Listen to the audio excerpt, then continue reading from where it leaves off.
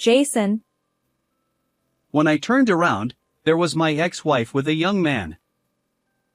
Noticing my gaze, my ex-wife smirked. This is my husband. She said.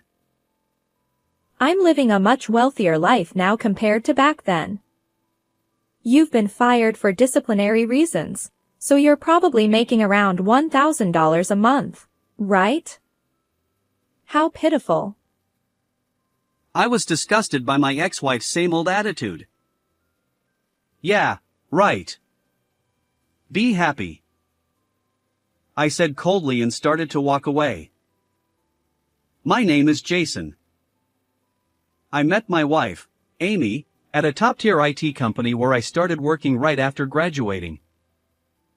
Back then, and even now, it has been a leading company in the industry with a heavy workload, and I was busy every day. In my third year, I was appointed as a project team leader, and my colleagues started saying I was on the fast track to promotion. Amy worked in the same department and often stayed late with me, showing concern for my busy schedule. I married Amy because I admired her caring nature, but the hectic workdays never allowed me to find solace at home. Jason, I'm sorry. I quit my job. I apologize for not discussing it with you first. She said this in a sweet voice soon after we got married. Is something wrong? I asked worriedly, sitting down next to Amy on the sofa. No, I just couldn't manage both work and housework. I looked around the room. Since our marriage, Amy had been transferred to a different department and should have been able to come home earlier than me. However, the room was cluttered with unfolded laundry and boxes of cosmetics Amy had ordered online. Amy seemed to struggle with housework, so even though I couldn't come home early due to work, I tried to take the initiative in doing household chores. Washing the dishes after meals. Running the washing machine at night and putting clothes in the dryer. Cleaning the bathroom. These were my jobs since I was the last one to take a bath. Every night, I cleaned the tub before getting out. Amy wasn't good at managing the stock of daily necessities either and often ran out of things, so I ended up managing that too. Honestly, it was tough because I got home late and had to cut down on sleep. But since Amy wasn't good at housework, it couldn't be helped. She prepared dinner, which I was very grateful for. I had heard my married female colleagues complain during breaks that cooking dinner was the hardest part of daily housework. Amy's mother, who lived nearby, also brought us side dishes sometimes. She was an excellent cook, and everything she made was delicious. So I told myself I was happy. I convinced myself of that.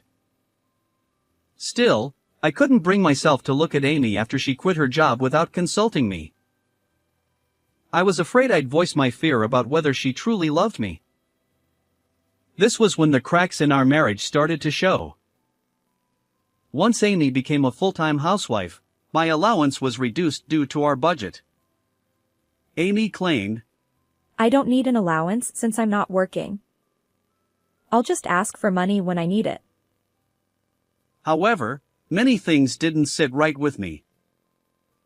While I was at work, Amy would go out for extravagant lunches with her friends or buy clothes. In contrast, I had to limit my lunch to $5 in the cafeteria to stay within my allowance. I wanted to join my colleagues at restaurants occasionally, but I couldn't afford it. The long work hours had me at my breaking point both mentally and physically. Even when I got home, there were household chores waiting for me. My eyes always hurt, and my eyelids felt heavy. Despite that, I have had trouble sleeping lately. The sources of my stress extended beyond Amy to her parents as well. During lunch break, as I was eating a sandwich I bought from the cafeteria at my desk, my personal phone rang. It was the number of Amy's mother. My head started aching immediately. I washed down the sandwich with some tea and picked up the phone. I stood in a corner of the hallway where no one could see me, took a deep breath, and answered the call. It's about the bathroom renovation. I was exhausted by Amy's mother starting the conversation so bluntly without any greeting. I'm sorry, but I'm at work right now. Amy is home, so could you call her instead? What are you talking about? You're the one paying, right? The contractor called to say the payment is due by tomorrow, so I needed to tell you quickly. I gave the invoice to Amy when she came home. Thanks. What? Didn't you just say it was for the toilet renovation? Oh, that's separate. This is different.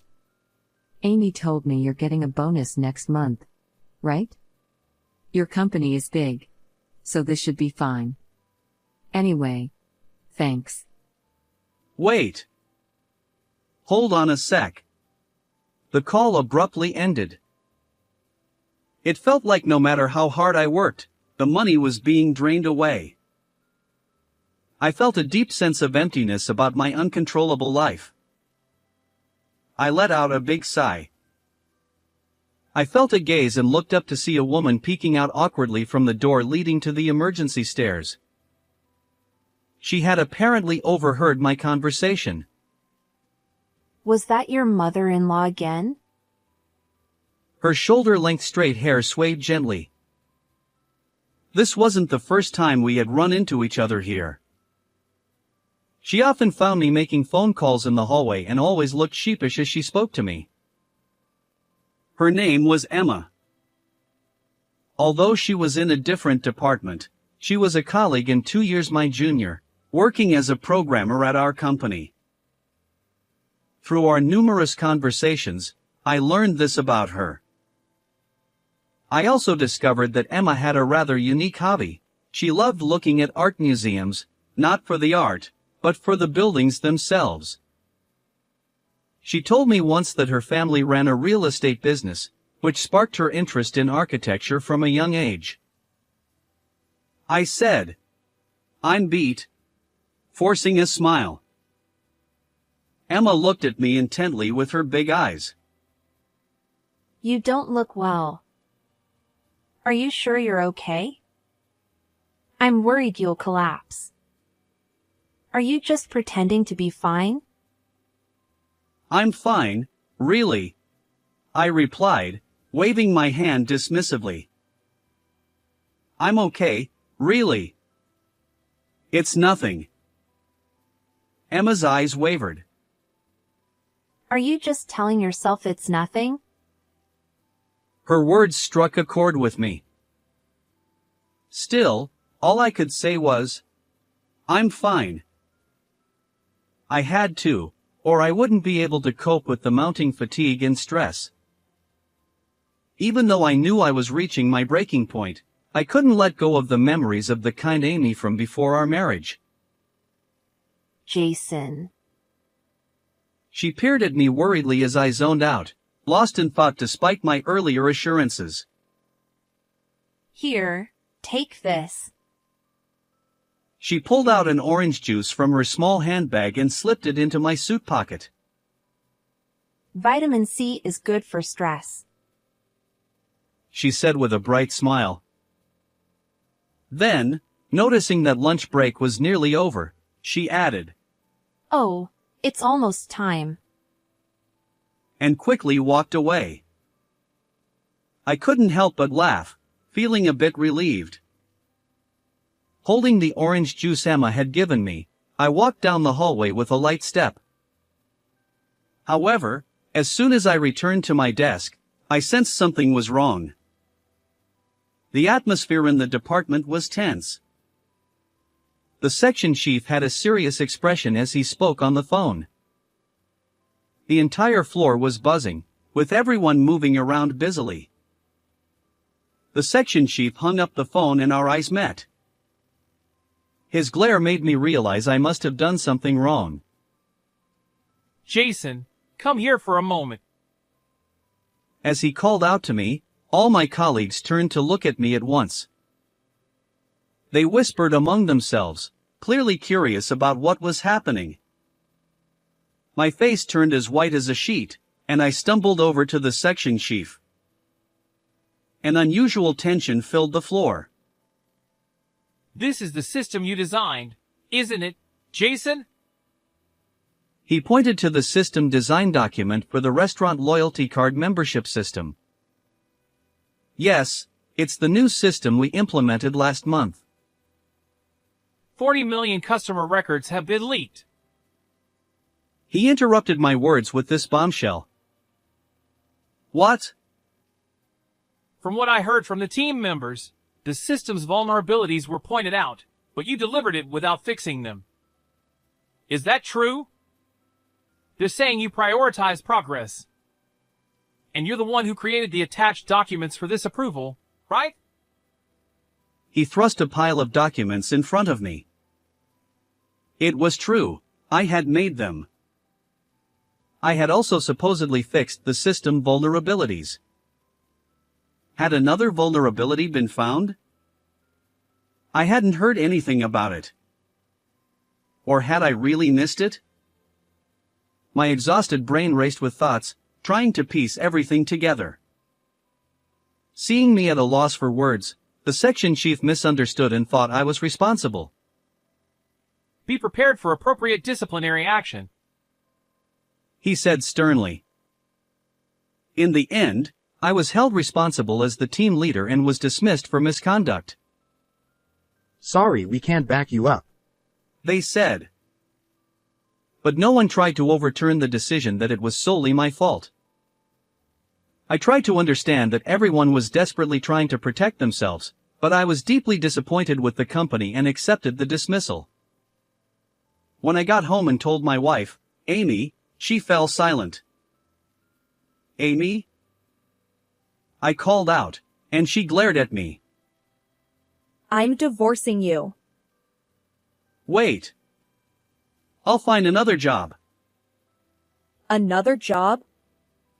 What company would hire someone who was dismissed for misconduct? I married you because you were on the fast track at a major corporation. I got a job there as a temp just to marry a promising man. My dream was to be a stay-at-home wife.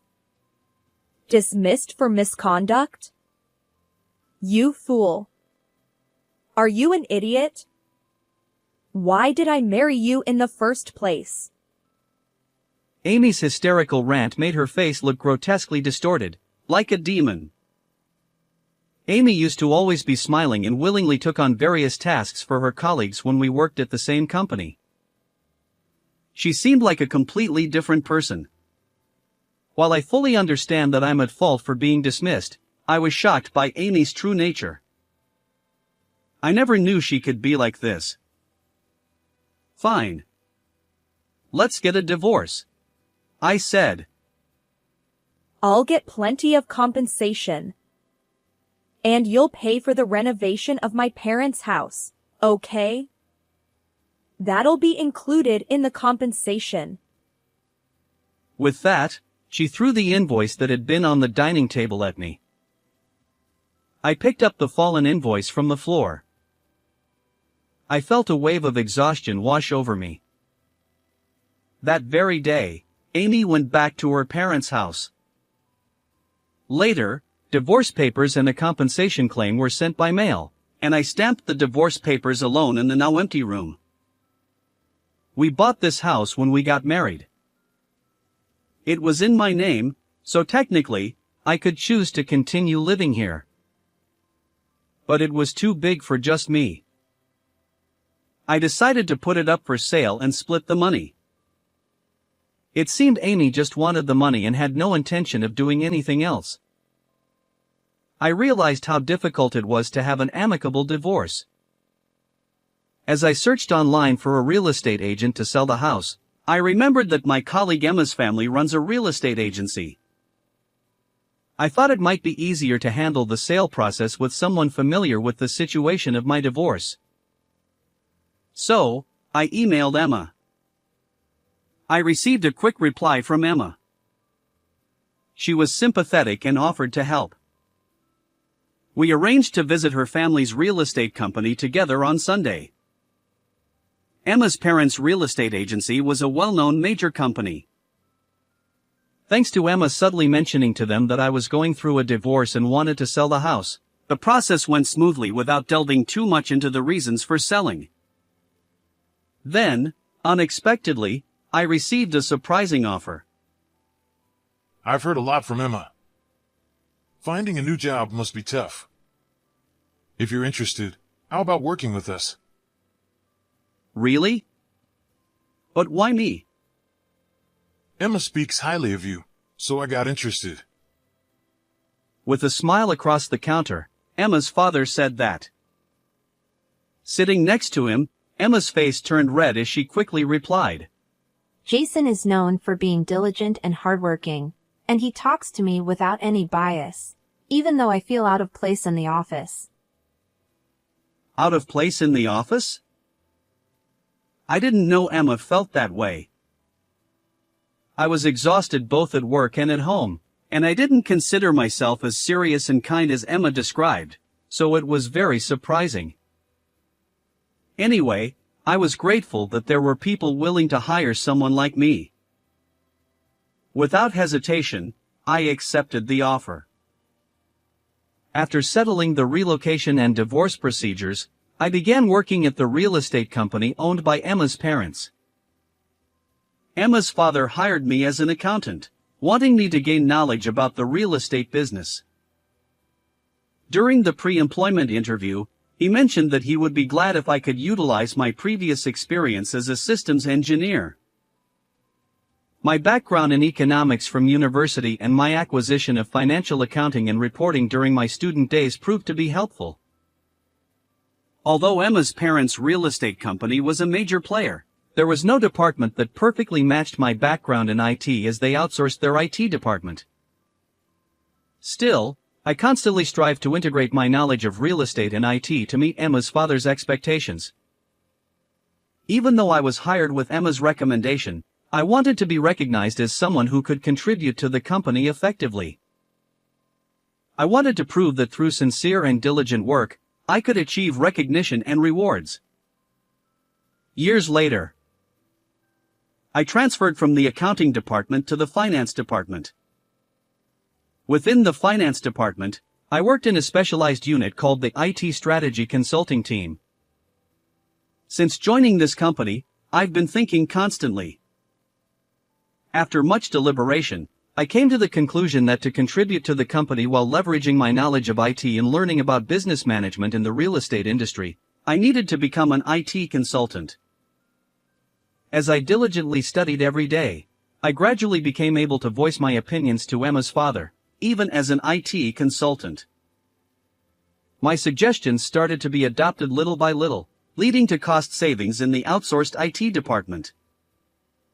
I was entrusted with detailed tasks such as cost-benefit analysis of the new real estate management system and developing specific implementation schedules.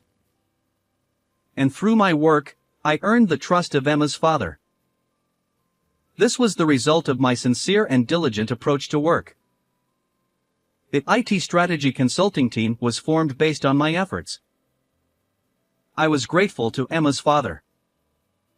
Despite my past dismissal, he evaluated my work since I joined here. Emma's mother also welcomed me, rather than opposing my joining the company. I was also grateful to Emma. With her cheerful and sincere remarks, she lightened my serious thoughts. Now, Emma has become an irreplaceable presence in my life. Some of my friends who spent student days together stayed by my side, and we would occasionally go out for drinks together. One of my friends got a job at a TV company and sometimes invited me to appear as an expert on segments about real estate XIT on their programs. Later, my serious approach to commentary became a topic of interest, and I started receiving offers from various shows. I was grateful for that. I was surrounded by warm-hearted people. Of course, there were those who criticized my dismissal, but instead of getting caught up in that, I focused on the kind people around me. I owed this perspective to Emma. I want to repay the kindness I've received so far. To give back a little, I invited Emma and her parents to a French restaurant to enjoy a leisurely meal. Oh my, what a beautiful building. Emma's mother, who looked just like Emma, gazed in admiration at the restaurant's exterior as soon as we arrived. Mom! Hurry up! Jason is treating us to a delicious meal. With Emma urging us, we stepped inside the restaurant. We were shown to a private room and enjoyed the full-course French meal I had reserved. The dishes included soup made with fresh shellfish, meat, and appetizers using seasonal vegetables. The dessert was mango sorbet with fruit pieces, which had just the right amount of sweetness and a refreshing taste. Each dish was beautifully presented and made it a feast for the eyes as well. Seeing the satisfied faces of Emma and her family made me happy. Since I had prepared a bouquet as a surprise, I excused myself to go to the restroom and stepped out of the private room. At that moment, Jason. When I turned around, there stood my ex-wife, Amy, with a young man beside her. Amy noticed my gaze and said with a triumphant look, This is my husband. Even though she said that, I felt no emotion. I'm living a much wealthier life than before. I'm glad I left you. My current husband takes me to such fancy restaurants so often that I'm tired of them. He makes my dream of being a housewife come true. Her husband stood next to her, looking quite pleased. Amy snorted with a proud expression arrogantly. I was exasperated by her attitude, which hadn't changed at all. Nonetheless, Amy continued to babble on. Still, I never expected to run into you in a place like this. Are you sure you're not overextending yourself by coming to a high-end restaurant, Jason? I mean, you're probably making at most $1,000 a month from your part-time job, right? Poor thing. I realized it would be difficult for Amy to understand that if we worked diligently and sincerely, there were people who would recognize and appreciate our efforts. Of course, I had no intention of making her understand. Yeah, you're right. Be happy, I said coldly, and tried to walk away. You have to say it properly. I heard Emma's voice from behind me. She had come to find me, worried because I hadn't returned for a while. Emma was staring at Amy with eyes burning with anger. Jason is a wonderful person with an honest character who works diligently and sincerely. He's indispensable to my parents' company. And to me as well. Jason appears on TV and promotes our company. Thanks to him, my parents' company has grown rapidly. If making money is so impressive, then Jason is even more impressive. With that, Emma boldly announced my monthly income of last month in the restaurant hallway. If this were a comic book, it would probably have a bam sound effect. Emma stood with her hands on her hips, striking a defiant pose. I couldn't help but think how cute she looked. That amount is a bit too personal to mention. But thank you, I said and turned back to Amy. Amy and her husband were stunned, unable to find any words. It seems we didn't share the same values. I realize now that it was foolish of me to marry you without seeing that. We're each on our own paths now, and I didn't think there was anything left to say, but I'll be clear, I am earning well, and I have people around me who understand me. I am happier now than I ever was when I was married to you. Amy suddenly snapped out of it and ran towards me. I'm sorry. I was wrong. I must have been out of my mind back then. I couldn't trust you anymore. But still, you're amazing. You're making more than 10 times what my husband does. Can you give me your contact info? Please? Pretty please? Even though Amy suddenly seemed remorseful, I wasn't going to be fooled anymore. Her husband was angry, shouting at her. Hey, what are you saying? Despite his anger, Amy continued to cling to me. I looked at her with disdain and said, "It's over between us. I don't want to talk to you anymore." I don't know what happened to Amy and her husband after that. But seeing the situation, it was not hard to imagine that things wouldn't go well between them now that her true nature was revealed. Emma and I returned to her parents, and I successfully presented them with the bouquet of appreciation. Her parents were genuinely delighted to receive it. Thank you. This may be a bit forward, but we would be very happy if you considered marrying Emma. We won't interfere in your relationship, but seeing you two together, you make such a lovely couple. I love Emma. Marrying her would make me very happy. But as you know, I have a divorce history. I feel guilty about that, given that this would be Emma's first marriage. I glanced at Emma, who was sitting next to me. Her parents' words made me blurt out the feelings I had kept hidden in my heart. My heart was pounding. Emma was facing forward, looking like she was about to cry. I couldn't read her expression, which made me anxious. Oh my, you two haven't even started dating yet?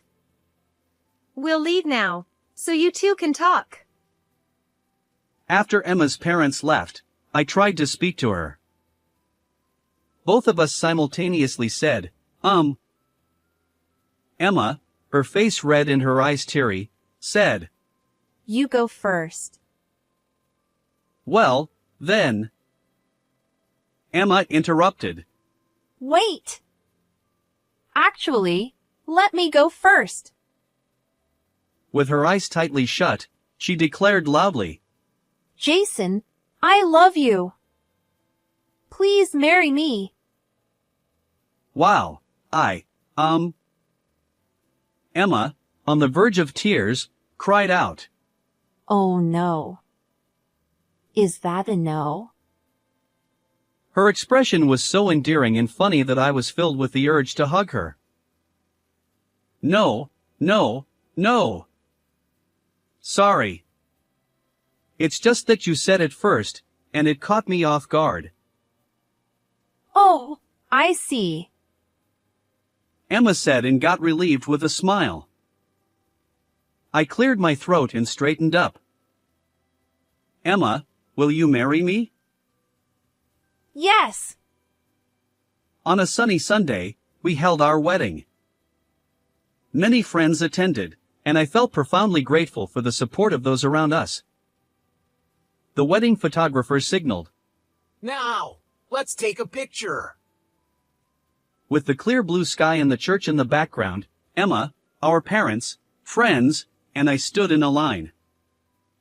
Emma and I were smiling happily. I vowed to myself to always protect Emma's happiness as she smiled beside me.